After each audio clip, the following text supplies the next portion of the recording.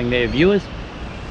I'm at Ulladulla Harbour, which is my hometown, a beautiful part of the world. And this video is all about how head injuries came to be called head injuries. So the story goes like this. I bought head injuries about 20 odd years ago. Probably paid way too much for it from a yacht broker who were very much like used car salesmen at times. But anyway, that's another story. And I hadn't sailed the boat very much. I think I'd been out on it a couple of times, just little day trips. And it was our first, or my first, overnight stay. So a very good friend of mine and I both were able to get off work early on a Friday afternoon, stinking hot Friday summer's afternoon, no wind, and we were going to Port Hacking. We were going to stay at Gibbon Bay or Gibbon Beach, coming up, supposed light southerly coming through at around about 6 o'clock.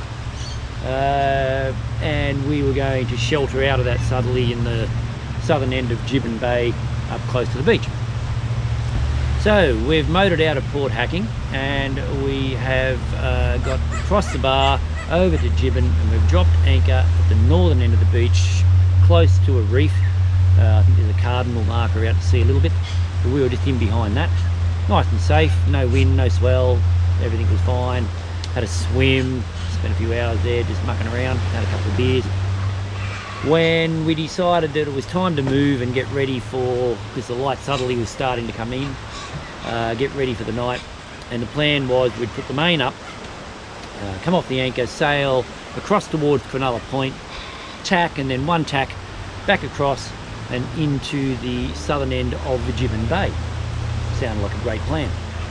Now, my very good friend, who will remain nameless to protect the injured, he hadn't had a lot of experience on boats, or certainly on yachts, trailer sail yachts, boats in general.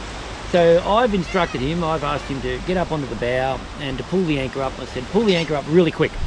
And the idea behind that was, with just a mainsail up, it's very difficult to control a boat to windward particularly.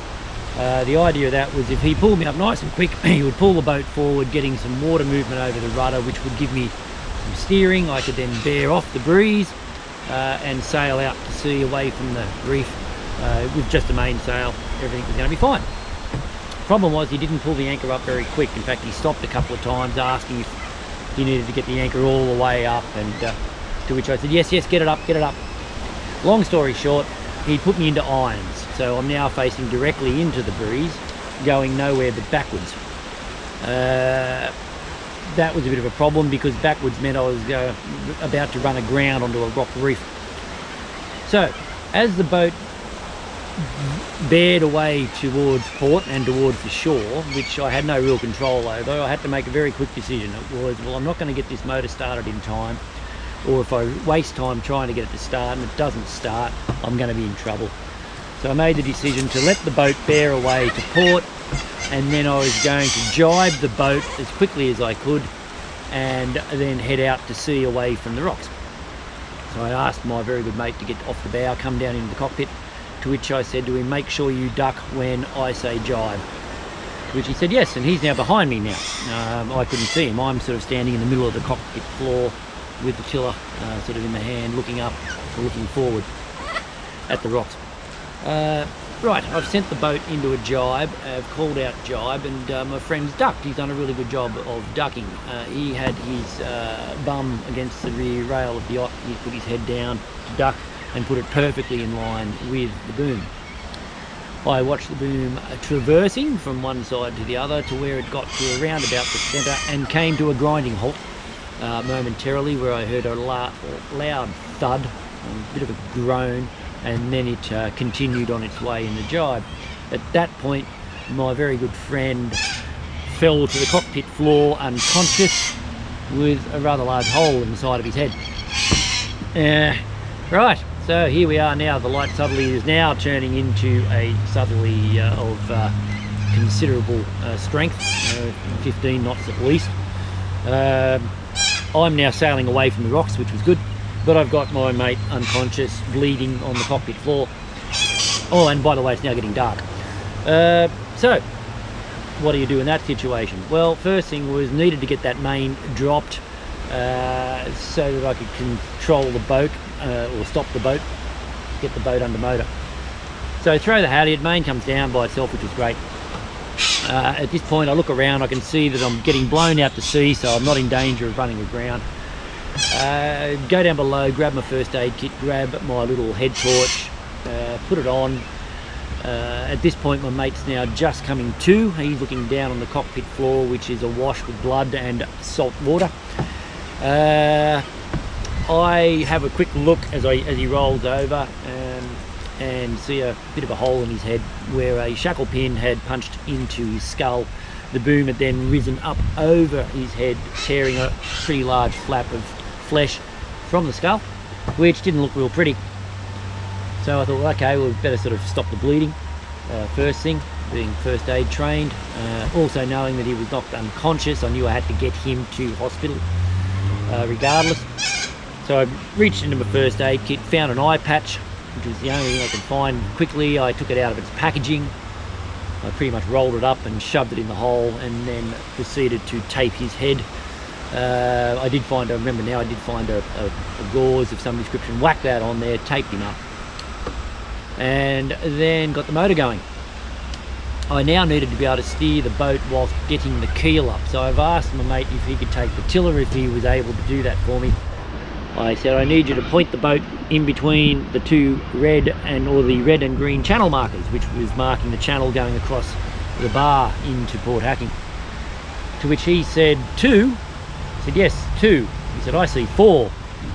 Okay.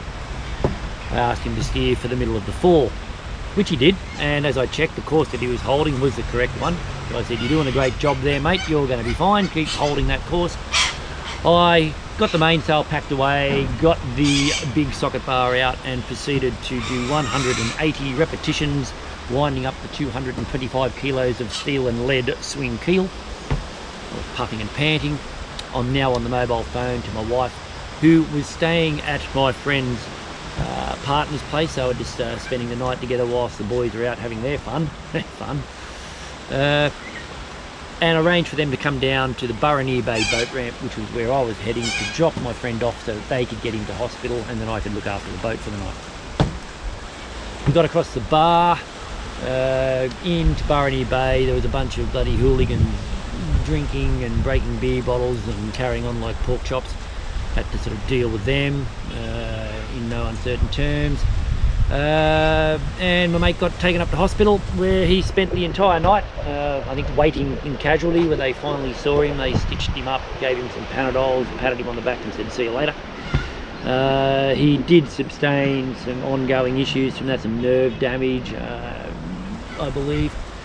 And yeah, that's the story of actually what happened. So yes, the name Head Injuries has meaning. The boat didn't have a name before that, and I'd actually written on the back in pencil, a name goes here. I'm not a very superstitious sort of a person, but when it comes to boats in the ocean, well, I guess I am. So I thought it was probably a good idea to write that on the back of the boat in pencil whilst I worked out what I was going to call the boat, so that I could avoid the bad luck of going to sea for the first time with a boat with no name. Well, that didn't work out real well. In fact, the complete opposite. Anyway, long story short, with all of that, my mate's okay now. Yeah, my mate's okay now. He has come out sailing with me quite a few times since then, and he hasn't been hit in the head anymore. He now knows how far he has to duck. So that's why boat's called Head Injuries, and I hope you enjoyed that story. So with a bit of luck, in the next 2 or 3 weeks, I will be up at Myall Lakes on the north coast of New South Wales. Beautiful spot, been there before. I will be camping up there for a few days.